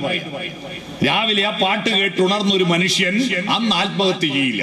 ആ പാട്ട് ജയചന്ദ്രൻ പാടിയ സുപ്രഭാതം സുപ്രഭാതം സുപ്രഭാതം സുപ്രഭാതം നീലഗിരിയുടെ സഖികളെ ജ്വാലാമുഖികളെ എന്ന പാട്ടില്ലേ, അതില് 1000 താമരത്തളിരുകൾ വിടർത്തി അരയന്നങ്ങളെ വളർത്തി വസന്തവും ശിശിരവും കുളിക്കാനിറങ്ങുന്ന വനസരോവരമേ സരോവരമേ എന്നൊരു വരിയുണ്ട്. അത് കേട്ടൊരാൾക്ക് പിന്നെ മരിക്കാൻ ഈ ഭൂമി വിട്ട് പോകാൻ തോന്നില്ല. എന്ത് മാനസിക പ്രയാസം ഉണ്ടെങ്കിലും ഞാൻ മനുഷ്യനായിട്ട് ഈ ഭൂമിയിൽ ഇതൊക്കെ കാണാൻ പറ്റിയല്ലോ. ഞാനൊരു കൊതുകോ ഒരു അരണിയോ ഒരു തേളോ ഒരു പുഴുവായിട്ടല്ലല്ലോ ഈ ലോകത്തെ പറ്റി അറിയുന്ന, ഈ സൗന്ദര്യത്തെ ആസ്വദിക്കാൻ പറ്റുന്ന, പാട്ട് പാടാൻ പറ്റിയ, ചിത്രങ്ങൾ കാണാൻ പറ്റിയ ഒരു മനുഷ്യനായി ജനിച്ചല്ലോ. എന്തൊരു ഭാഗ്യം ജനാന, എന്തൊരു ഭാഗ്യമാണ് നമുക്കുണ്ടായത് എന്ന ബോധമുണ്ടാക്കുന്ന ഒരു പാട്ടാണത്. പ്രഭാതത്തെ കണ്ടാ മതി. മനുഷ്യന് മോട്ടിവേഷൻ ക്ലാസ്സിനൊന്നും പോണ്ട. രാവിലെ വാതിൽ തുറന്നിട്ട് പ്രഭാതത്തെ കാണിച്ചു കൊടുക്കുക. ആ പ്രഭാതത്തിൽ മുറ്റത്ത് വിരിഞ്ഞിരിക്കുന്ന പൂക്കളെ കാണിച്ചു കൊടുക്കുക. ആ പൂക്കളിൽ വന്നിരിക്കുന്ന പൂമ്പാറ്റകളെ കാണിച്ചു കൊടുക്കുക. അവിടെ പറക്കുന്ന തുമ്പികളെ കാണിച്ചു കൊടുക്കുക. അല്ലാതെ രാവിലെ തന്നെ എല്ലാ വീട്ടിലും പ്രതിഷ്ഠിച്ചിരിക്കുന്ന, അത് ഹിന്ദു ആയാലും മുസൽമാനായാലും ക്രിസ്ത്യാനി ആയാലും ഒരു പ്രതിഷ്ഠയെ നമസ്കരിച്ചിട്ട് ഈ പ്രഭാതം കാണുന്നുള്ളൂ. അതാ പ്രശ്നം. കണി കാണുന്നത് ആ പ്രതിഷ്ഠയാണ്. നിങ്ങളുടെ വീട്ടിലെ പൂജാമുറിയിൽ പ്രതിഷ്ഠിച്ചിരിക്കുന്ന ദൈവവിഗ്രഹങ്ങളൊന്നുമല്ല നിങ്ങൾ കണി കാണുന്നത്. നിങ്ങൾ കണി കാണുന്നത് വീട്ടിന്റെ മൂലക്ക് പ്രതിഷ്ഠിച്ചിരിക്കുന്ന യൂറോപ്യൻ ക്ലോസറ്റിനെയാണ്, അല്ലേ? അവിടെ പോയി നമസ്കരിച്ചിട്ട് മാത്രമേ പ്രഭാതത്തെ കാണുന്നുള്ളൂ. പണ്ടല്ല ഇത് കാണണമെങ്കിൽ വാതിൽ തുറന്ന് പുറത്തു പോകണം. ഇപ്പൊ എല്ലാം ആത്ത് പ്രതിഷ്ഠിച്ചിട്ടാണുള്ളത്. ആടെ ആദ്യം പോകുന്നത് അന്നത്തെ ദിവസങ്ങൾ പോക്കാ കാര്യം, അന്നത്തെ കാര്യം പോക്കാ. അതുകൊണ്ട് പ്രഭാതവും നമ്മുടെ ദൈവവും തമ്മിൽ പ്രഭാതം വിടരും പ്രദോഷം വിടരും പ്രതീതി രണ്ടിലും പൂത്തു നിൽക്കും ഉദയമില്ലാതില്ല അസ്തമയം ഉണരൂ മനസ്സേ ഉണരൂ എന്നൊരു പാട്ട് രാവിലെ കേട്ടാ മതി. സുപ്രഭാതം പൊട്ടി വിടർന്നു ഉഷസന്ധായകഗിരിയിൽ പ്രഭാതമായി തൃക്കണിയേകിയാലും. എത്ര പാട്ടുണ്ട് പ്രഭാതത്തെ കുറിച്ച്, എത്ര പാട്ടുണ്ട്, എത്ര കവിതകളുണ്ട്. അയ്യപ്പ പണിക്കരുടെ പ്രിയതമേ പ്രഭാതമേ വിരിഞ്ഞു നിന്നെ നോക്കിടുന്ന പൂവുകൾക്കുദാരശോഭ ചൊരിയുവാനൊരുങ്ങി വരും വൈഭവ പ്രഭാവമേ നീ വരാതിരിക്കുകിൽ വിടരുകില്ല പൂവുകൾ വിടരുകില്ല മുട്ടുകൾ പ്രണയമില്ല പ്രളയമില്ല പ്രാണനില്ല പ്രാണിയില്ല നീ വരാതിരിക്കുകിൽ. ഒരു കവിത ചൊല്ലിക്കൂടെ? ഉഷസേ നീ എന്നെ വിളിക്കുകില്ലെങ്കിൽ ഒരിക്കലും ഞാൻ ഉണരുകില്ല. ഒരു പാട്ട് പാടിക്കൂടെ? ഇതൊന്നും ചെയ്യാതെ നിങ്ങളാടെ വിഗ്രഹവും പൂജാമുറിയിൽ വിളക്കം വെച്ചിട്ട് എല്ലാം നിങ്ങളായിക്കോ, ഞാനൊന്നും ചെയ്യില്ലേ എന്ന മട്ടിൽ നമ്മുടെ കുട്ടികൾക്ക് ആന്തരികമായ വെളിച്ചം കൊടുക്കുന്നതിൽ നമ്മുടെ കുടുംബങ്ങൾ പരാജയപ്പെടുന്നത് കൊണ്ടാണ് അവര് കുംഭകർണന്റെ വെള്ളം ജ്യൂസ് അടിച്ചു കുടിക്കുന്നത്. നമ്മളെ കുട്ടികള് തീർത്ഥജലം അല്ല കുടിക്കുന്നത്. കുംഭകർണൻ ഉറക്ക് തെളിയാൻ വേണ്ടി 1000 പാത്രം ചോര കൊണ്ടേ വെച്ചില്ലേ? അപ്പോഴാണല്ലോ അതിന്റെ മണം കേട്ടിട്ടാണല്ലോ കുംഭകർണൻ ഉറക്ക് തെളിയുന്നത്. ആ വെള്ളം പക്ഷെ കുംഭകർണം വെറും ചോരയെ കുടിച്ചിട്ടുള്ളൂ, ജ്യൂസ് അടിച്ചിട്ടില്ല. നമ്മളെ കുട്ടികൾ ഇപ്പൊ പാട്ട് പാടുക, കട്ട ചോര കൊണ്ട് ജ്യൂസ് അടിച്ച് സോഡാ സർബത്ത് ഇല്ലൂമിനാട്ടി. പുതിയ പാട്ടാ ഇല്ലൂമിനാട്ടി. എന്തായി പാടുന്നെന്ന് നിങ്ങൾ ഇതുവരെ അന്വേഷിച്ചോ? എന്തൊരു ഭീകരമാണ് കട്ടച്ചോര കൊണ്ട് ജ്യൂസ് അടിച്ച് സോഡാ സർബത്ത് എന്ന് പറയാൻ. ഞാൻ കേട്ട ലോകത്തെ ഏറ്റവും വൃത്തികെട്ട അശ്ലീലമായ പാട്ടാണത്. കൊടുങ്ങല്ലൂര് ഭരണിപ്പാട്ടിനേക്കാൾ വൃത്തികെട്ട പാട്ടാണത്. എന്തൊരു വൃത്തികേടാണ്! പേന കത്തി കൊണ്ട് വിദ്യാരംഭം കുറിച്ചവനെ നിന്നെ പടച്ചവന് 10ൽ 10 മാർക്ക്. ആവേശ സിനിമയിലെ പാട്ട് അതാ ഇപ്പൊ DJ വെച്ച് തുള്ളുന്ന. പേന കത്തി കൊണ്ട് വിദ്യാരംഭം കുറിച്ചവൻ എന്ന് പറഞ്ഞാൽ പള്ളക്ക് കയറ്റിയിട്ട് 27 സ്കൂളിൽ കത്തിക്കുത്തു നടന്നു. ഈ പാട്ട് ഇറങ്ങിയതിന് ശേഷം അറിയണം എന്തേ പ്രഭാതത്തെ കാട്ടിക്കൊടുക്കുന്നില്ല, സൗന്ദര്യത്തെ കാട്ടിക്കൊടുക്കുന്നില്ല.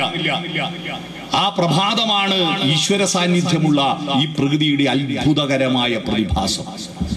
ആ പ്രഭാതത്തെ സ്വീകരിക്കാനാണ് ആദ്യം പ്രാർത്ഥിച്ചത്. പത്മതീർത്ഥമേ ഉണരൂ, മാനസ പത്മതീർത്ഥമേ ഉണരൂ, അഗ്നിരഥത്തിലുദിക്കുമുഷസ്സിൻ അർഘ്യം നൽകൂ, ഗന്ധർവസ്വരഗംഗയൊഴുകൂ, ഗായത്രികൾ പാടൂ. സൂര്യഗായത്രി. ഓം സത്സവിതുർവരേണ്യം ഭർഗോ ദേവസ്യ ധീമഹി ധിയോ യോ ന പ്രചോദയാത്. ഓം എന്ന് പറഞ്ഞാൽ എന്താ? ഓം ഓം നാരായണായ, ഓം നമഃശിവായ എന്നൊക്കെ പറയല്ലോ. എന്താ ഓം? നമ്മൾ ഇതാണ് ബോധമണ്ഡലത്തിലേക്ക് പ്രവേശിക്കുന്നില്ല. നമ്മുടെ പ്രാർത്ഥനകളെല്ലാം ഉപരിപ്ലവം, അതിന്റെ അടിത്തറ അത്തിവാരമില്ല, അന്വേഷിക്കുന്നില്ല. വിഷ്ണു എന്ന വാക്കിന്റെയും ശിവൻ എന്ന വാക്കിന്റെയും അർത്ഥമറിയാതെയല്ലേ നിങ്ങൾ എല്ലാവരും ശിവനെയും വിഷ്ണുവിനെയും പ്രാർത്ഥിക്കുന്നത്? ഇതുവരെ ആരോടും ചോദിച്ചോ വാട്ട് ഈസ് വിഷ്ണു? വിഷ്ണു എന്ന് പറഞ്ഞാൽ ദൈവം. പക്ഷെ വിഷ്ണുവിന് വിഷ്ണു എന്ന് പേര് വന്നത് എങ്ങനെ? വെറുതെ ഒരു പേര് ഇന്നത്തെ കുട്ടിയൊക്കെ പേരിടുമ്പോൾ ഇട്ട. ഇന്നത്തെ കുട്ടിയൊക്കെ പേരിടുന്ന വായിക്ക് തോന്നിയ കോതക്ക് പാട്ടല്ലേ? എന്റെ നാട്ടിലൊരു കുട്ടീന്റെ പേര് ടിങ് ടോങ്. ഞാൻ ചോദിച്ചു ജപ്പാനീസ് പേരാ? അല്ല. തലേ ദിവസം പേരിന്റെ കാര്യത്തിൽ ഭാര്യയും ഭർത്താവും തർക്കിച്ചു, തീരുമാനമായില്ല. രാവിലെ ഫസ്റ്റ് കേൾക്കുന്ന പേര് നമുക്ക് ഇടാന്ന് പറഞ്ഞു. രാവിലെ അപ്പുറത്തെ വീട്ടിലുള്ള ഗോപാലൻ ചേട്ടൻ വന്നിട്ട് കോളിംഗ് ബെൽ അമർത്തി, ടിങ് ടോങ്. അത് കേട്ടപ്പോ ആ പേരിട്ടു എന്ന് പറഞ്ഞു. ഇങ്ങനെയൊക്കെയാ പേരിടുന്നത്. എന്നാൽ നമ്മുടെ പുരാണങ്ങളിലെ ദൈവങ്ങൾക്കോ പുരാണങ്ങളിലെ 18 പുരാണങ്ങളിലെ കഥാപാത്രങ്ങളുടെ പേര് ഒരൊറ്റ പേരർത്ഥമില്ലാത്തില്ല. വെറുതെ ഒരു പേരിട്ട് ഒറ്റ പേരില്ല. നിങ്ങൾ ശ്രദ്ധിച്ചോ? രാമായണമാവട്ടെ, മഹാഭാരതമാവട്ടെ, ശിവപുരാണമാവട്ടെ, വിഷ്ണു പുരാണമാവട്ടെ, ദേവി മഹാത്മ്യമാവട്ടെ, എല്ലാറ്റിലുമുള്ള കഥാപാത്രങ്ങൾക്ക് എല്ലാവർക്കും പേരിന് അർത്ഥമുണ്ട്. ദൈവത്തിന് ദൈവം ഒന്ന് പേരിട്ടത് വെറുതെ ഇട്ട പേരല്ല. ദൈവം എന്ന് പറഞ്ഞാൽ പ്രകാശം എന്നാണ് അർത്ഥം. ദിവാകരൻ സൂര്യനാണല്ലോ പ്രകാശം തരുന്നവൻ. ദൈവം എന്ന് പറഞ്ഞാൽ പ്രകാശം, ആന്തരിക പ്രകാശം തരുന്നവൻ. അതാ ദൈവം. പിടികിട്ടിയോ? ഈശ്വരൻ എന്ന വാക്കിന് എന്താ അർത്ഥം? ഈശ് എന്ന് പറഞ്ഞാൽ ഭരണം, ഭരണം നിർവഹിക്കുന്ന വടക്കുനാഥനാണ്. അതാണ് വടക്ക് ദിക്കിനെ പാലിക്കുന്നവൻ ഈശൻ, വടക്കുനാഥൻ. കിഴക്ക് ദിക്കിനെ പാലിക്കുന്നത് മഴയുടെ ദേവൻ. ഞാൻ അഷ്ടദിക്പാലകന്മാരെ മറ്റുള്ളവരെ പറഞ്ഞില്ല അല്ലേ? പിന്നെ തെക്ക് കിഴക്കിനെ പാലിക്കുന്നവൻ അഗ്നിദേവൻ. ഈ ഭാഗം ഇതല്ലേ വടക്ക്, ഇതല്ലേ കിഴക്ക്, ഇതല്ലേ? അപ്പൊ ഈ ദിക്കിനെ പാലിക്കുന്നവൻ അഗ്നിദേവൻ, തെക്ക് ദിക്കിനെ പാലിക്കുന്നവൻ യമൻ, മരണത്തിന്റെ ദേവൻ. അതുകൊണ്ടാണ് മരിച്ച തെക്കോട്ട് കൊണ്ടുപോകുന്നത്, തെക്ക് ഭാഗത്ത് അടക്കുന്നത്, തെക്കോട്ട് കെട്ടിയെടുക്കുക എന്ന് പറയുന്നു. അതാണ് യമന്റെ നാട് തെക്ക്. പിന്നെ ഈ ദിക്ക് ഏത്?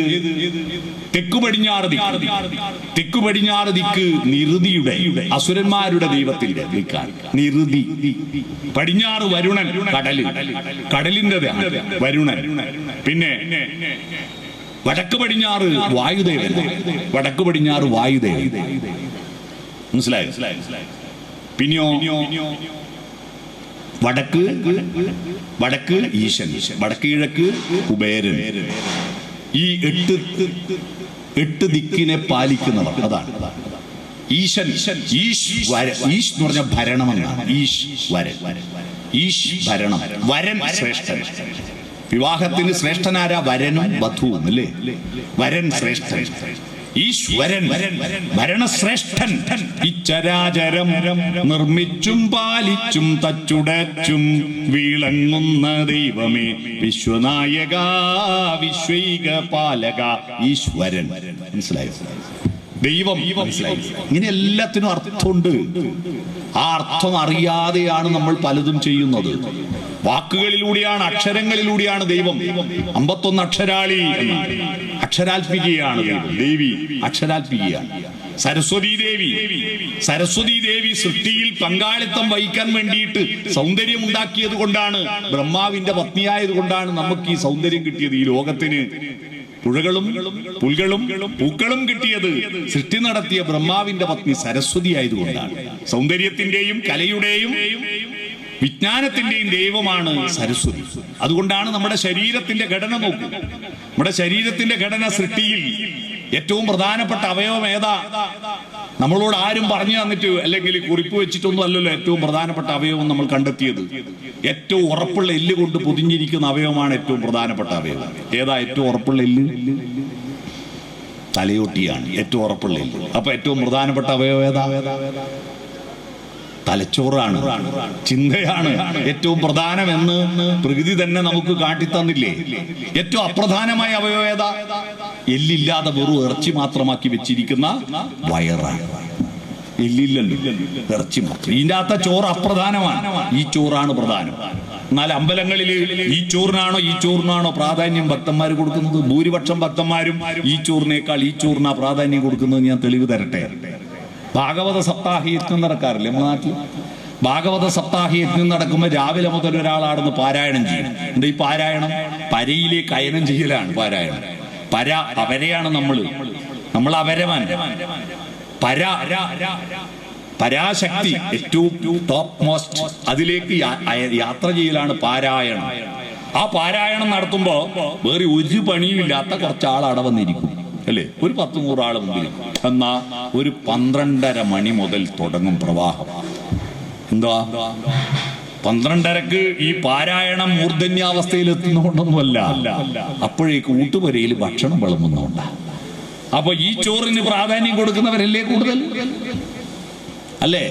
ഈ ചോറിനാണോ പ്രാധാന്യം? അല്ല. അതാണ് സൃഷ്ടിയുടെ സൗന്ദര്യം. നോക്കൂ, ഈ തലച്ചോറ്, നെഞ്ചുകൂട്, ഈ തലയോട്ടി പോലെ ഒരു എല്ല് കൊണ്ടാണ് നെഞ്ചുകൂട് പൊതിഞ്ഞിരുന്നുവെങ്കിൽ ഒറ്റ ദിവസം കൊണ്ട് ചത്തുപോകും നമ്മൾ. കാരണം ഇത് ഇവിടെ ഈ ഉള്ളിൽ 2 എണ്ണം വികസിക്കുകയും ചുരുങ്ങുകയും ചെയ്യുന്നതുകൊണ്ടാണ് നമ്മൾ ജീവൻ പ്രവർത്തിക്കുന്നത്. ഒന്ന് ഹൃദയം വികസിക്കുകയും ചുരുങ്ങുകയും, 2 ശ്വാസകോശം. ആ ശ്വാസകോശത്തിലേക്ക് വായു നിറയുകയും രക്തത്തെ ശുദ്ധീകരിക്കുകയും എന്നിട്ട് ശുദ്ധീകരിച്ചിട്ടുള്ള കാർബണിനെ കൂട്ടിയിട്ട് പുറത്തേക്ക് തള്ളുകയും ചെയ്യുന്ന ശ്വാസകോശം. അത് വികസിക്കാനും ചുരുങ്ങാനുള്ള സാഹചര്യം ഒരുക്കിയിട്ടാണ് ഇവിടെ എല്ല് കൊണ്ട് പുതിയാതെ ഗ്രില്ല് വെച്ച് പിടിപ്പിച്ചു തന്നത്. നെഞ്ചുകൂട് ഗ്രില്ലല്ലേ, വാരി എല്ലുകളെ. എന്തൊരു ഔചിത്യമാണ്! ദൈവത്തിന്റെ അത്ഭുതം കാണാൻ വേറെ എല്ല് അമ്പലത്തിൽ നിന്നും കൊണ്ട ഇവിടെയുണ്ട്. ഈ കണ്ണാണ് ഏറ്റവും പ്രധാനപ്പെട്ട അവയവം. അതിന്റെ ഔചിത്യം നോക്കൂ. ഏറ്റവും വളരെ പ്രധാനപ്പെട്ട അവയവമാണ്, പക്ഷെ ഏറ്റവും മൃദുലവുമാണ്. ചെറിയ തട്ടിയാ പോവും, പ്രശ്നമാണ്. അതുകൊണ്ടാണ് നെറ്റിയുടെ എല്ലും കവിളെല്ലും ഉയർത്തിയിട്ട് അതിന്റെ നടുവിൽ കുഴി വെച്ചിട്ട് അതിൽ കൊണ്ടുപോയി വെച്ച കണ്ണ്. എന്തൊരു ഔചിത്യമാണ്! ആ കണ്ണിൽ എന്തെങ്കിലും പൊടി വന്ന് വീഴാതിരിക്കാൻ കൈകൊണ്ട് തടയാൻ സമയമില്ലല്ലോ. പൊടി പെട്ടെന്ന് വരുമ്പോ കൈ ഇവിടുന്ന് ആടി എത്തുമ്പോഴേക്ക് പൊടി കണ്ണിലാവും. അതുകൊണ്ടാണ് ലോകത്ത് ആദ്യത്തെ ഓട്ടോമാറ്റിക് ഷട്ടർ കണ്ണിന് പിടിപ്പിച്ചു തന്ന കൺപോള അല്ലേ? ഓട്ടോമാറ്റിക് ഷട്ടർ അല്ലേ? ആ പൊടി മേലെ നിന്ന് താഴോട്ട് വരാതിരിക്കാൻ വേണ്ടിയിട്ടാണ് ആ കണ്ണിന്റെ മേലെ 2 പുല്ല് സൺഷെയ്ഡ് വെച്ച് പിടിപ്പിച്ചു തന്ന പൂജികം. മനസ്സിലായോ? അത് പെൺകുട്ടികളോട് പറയണം, അത് പൊരിച്ചു മാറ്റിയിട്ട് വരച്ചുണ്ടാക്കാനുള്ളതല്ല, അത് പൊടി താഴോട്ട് വീഴാതിരിക്കാനുള്ള. ആ കണ്ണിൽ അഥവാ വല്ല കാരണം കൊണ്ട് പൊടി പോയെന്ന് കൂട്ടുക. നമ്മൾ ആ പൊടിയും കൊണ്ട് പോയിട്ട് വെള്ളം കൊണ്ട് കഴുകാൻ സമയമില്ല നമുക്ക്. എല്ലാവരുടെയും വെള്ളം കിട്ടണമെന്നില്ല. അപ്പൊ ഉടൻ തന്നെ ഉള്ളിൽ നിന്ന് തന്നെ വെള്ളം ചീറ്റി ആ വെള്ളത്തെ ഒഴുക്കി കളയുന്ന കണ്ണീര് സൃഷ്ടിച്ചത് കരയാൻ മാത്രമല്ല, പൊടിയെ പുറത്ത് കളയാനും കൂടിയാ. എന്തൊരു ഔചിത്യമാണ്! ആ കണ്ണിന് താഴെ വായക്ക് മേലെ മൂക്ക് പിടിപ്പിച്ചത് തിന്നാൻ തന്ന ഭക്ഷണം കെട്ടതാണോ നമ്മൾ അറിയാൻ വേണ്ടിയല്ലേ? ഇവിടെ എത്തുമ്പോഴേക്ക് മണക്കൂലേ? ഈ വായക്ക് തൊട്ടുമേലെയല്ല മൂക്ക്, വേറെ എവിടെയെങ്കിലും ആണെങ്കിൽ ഇത് കെട്ടാന്ന് എങ്ങനെ നമ്മൾ അറിയാൻ? അതെന്തൊരു ഔചിത്യമാണ്! പണ്ട് സ്ത്രീകൾ കുഞ്ഞുങ്ങളെ വളർത്തുകയും പ്രസവിക്കുകയും ചെയ്യുന്നതുകൊണ്ട് സ്ത്രീകൾ അകത്തിരിക്കുകയും പുരുഷന്മാർ പുറത്തു പോവുകയും ചെയ്യുന്നു. അപ്പൊ പുറത്ത് പൊടിപടലങ്ങൾ മൂക്കിലേക്കൂടെ ശ്വാസകോശത്തിൽ എത്തിയിട്ട് ബ്രോങ്കൈറ്റിസ് അസുഖം വരാതിരിക്കാൻ വേണ്ടി ആ പൊടിയെ അരിക്കാൻ വേണ്ടിയിട്ട് ആണുങ്ങളുടെ മൂക്കിന് തൊട്ട് അരിപ്പ വെച്ച് തന്ന മീശ. മനസ്സിലായോ? ഈ പൊടിയെ അരിച്ച് മൂക്കിലേക്ക് ശ്വാസം വലിക്കാൻ വേണ്ടി മീശയുടെ പിടിപ്പിച്ചു തന്നത്. പെണ്ണുങ്ങൾ ഇപ്പൊ പുറത്തിറങ്ങാൻ തുടങ്ങിയപ്പോ കുറേശ്ശെ മീശ മുളക്കാൻ തുടങ്ങിയില്ലേ? പെണ്ണുങ്ങൾക്ക് കുറേശ്ശെ മീശ വരാൻ തുടങ്ങി. ഞാൻ പറഞ്ഞു വന്നത്, ഈ ശരീരം എന്തൊരു ഔചിത്യമാണത്! ബ്രഹ്മാവിന്റെ ഭാര്യ സരസ്വതിയാണ്. ജീവിക്കണമെങ്കിൽ ജീവിതത്തിന്റെ ദൈവമാരാ? വികാസമുണ്ടാവണം. വികാസത്തിന്റെ ദൈവമാരാ? വിജയമുണ്ടാവണം. വികാസമുണ്ടാവണമെങ്കിൽ നമ്മൾ വിജയിക്കണം. ജയമുണ്ടായാൽ പോരാ, വിശേഷപ്പെട്ട ജയമുണ്ടാവണം. ജയമുണ്ടാക്കുന്നവനെ ജിഷ്ണു എന്ന് പറയും. ജയമുണ്ടാക്കുന്നവൻ ജിഷ്ണു, വിശേഷപ്പെട്ട ജയമുണ്ടാക്കുന്നവൻ വിഷ്ണു. മനസ്സിലായോ? വിശേഷപ്പെട്ട ജയമുണ്ടാക്കുന്നവൻ, എങ്ങനെയെങ്കിലും ജയിച്ചാൽ മതി എന്ന് ആഗ്രഹിക്കുന്നവൻ ജിഷ്ണു, എന്നാ ഫുൾ A+ വാങ്ങണമെന്ന് ആഗ്രഹിക്കുന്നവൻ വിഷ്ണു. പിടികിട്ടിയോ? വിശേഷപ്പെട്ട ജയം വേണം നമുക്ക്. ആ വിജയം വേണമെങ്കിൽ സമ്പത്ത് വേണം, വേണ്ടേ? ജീവിതത്തിന് സമ്പത്ത് വേണം. അതുകൊണ്ട് ആ വിഷ്ണുവിന്റെ പത്നി ആരാ? സമ്പത്തിന്റെ ദേവതയായ മഹാലക്ഷ്മിയാണ്, അല്ലേ? വിഷ്ണുവിന്റെ പത്നി മഹാലക്ഷ്മി. സംഹാരം. പലർക്കും സംശയമുണ്ട്, ഈ സംഹാരം എടുത്തു കളഞ്ഞാൽ മതിയായിരുന്നു. എന്തിനാ അത്? ബാക്കി രണ്ടും കുഴപ്പമില്ല. ഈ മരണമല്ലേ പ്രശ്നം ഉണ്ടാക്കുന്നത്? എന്തിനാ ശിവ അതിനൊരു ദൈവം? നിങ്ങൾ അറിയുക, ഈ ലോകത്തിന്റെ ഏറ്റവും ശിവമായ കാര്യം മരണമാണ്. എന്തുകൊണ്ടാ? എല്ലാം ഈ ഭൂമിയിൽ പണ്ടുണ്ടായതല്ല അതുപോലെ നിൽക്കുന്നുണ്ടെങ്കിൽ അശുഭമായിരിക്കും, ശിവവിരുദ്ധമായിരിക്കും. ഒന്നും പുതിയതുണ്ടാവില്ല. പഴയ പൂക്കൾ കൊഴിഞ്ഞു വീഴുന്നത് കൊണ്ടാ പുതിയ പൂക്കൾ ഉണ്ടാവുന്നത്. നമ്മളെല്ലാം മരിക്കുന്നത് കൊണ്ടാ കുഞ്ഞുങ്ങൾ ഉണ്ടാവുന്നത്. കുഞ്ഞുങ്ങളില്ലാതെ എല്ലാരും പണ്ട് കാലനില്ലാത്തൊരു കാലം കുഞ്ഞൻ നമ്പ്യാരുടെ ഒരു ഓട്ടംതുള്ളൽ കൃതിയാണ് കാലനില്ലാത്ത കാലം. ശിവൻ കാലനെ കൊന്നുകളഞ്ഞു മാർക്കാണ്ഡേയനെ രക്ഷിക്കാൻ വേണ്ടി. പിന്നെ കാലനില്ല, മരണമില്ല.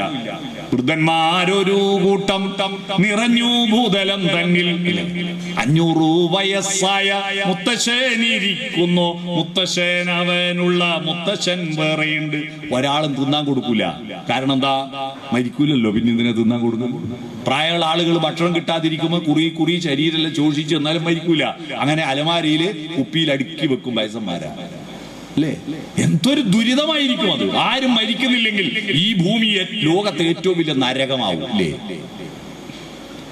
ഒന്ന് പോയിട്ട് മറ്റൊന്നുണ്ടാകുന്നതാണ്, പുതുക്കുന്നത് കൊണ്ടാണ് ഈ ഭൂമി സുന്ദരമാകുന്നത്, ശിവമാകുന്നത്.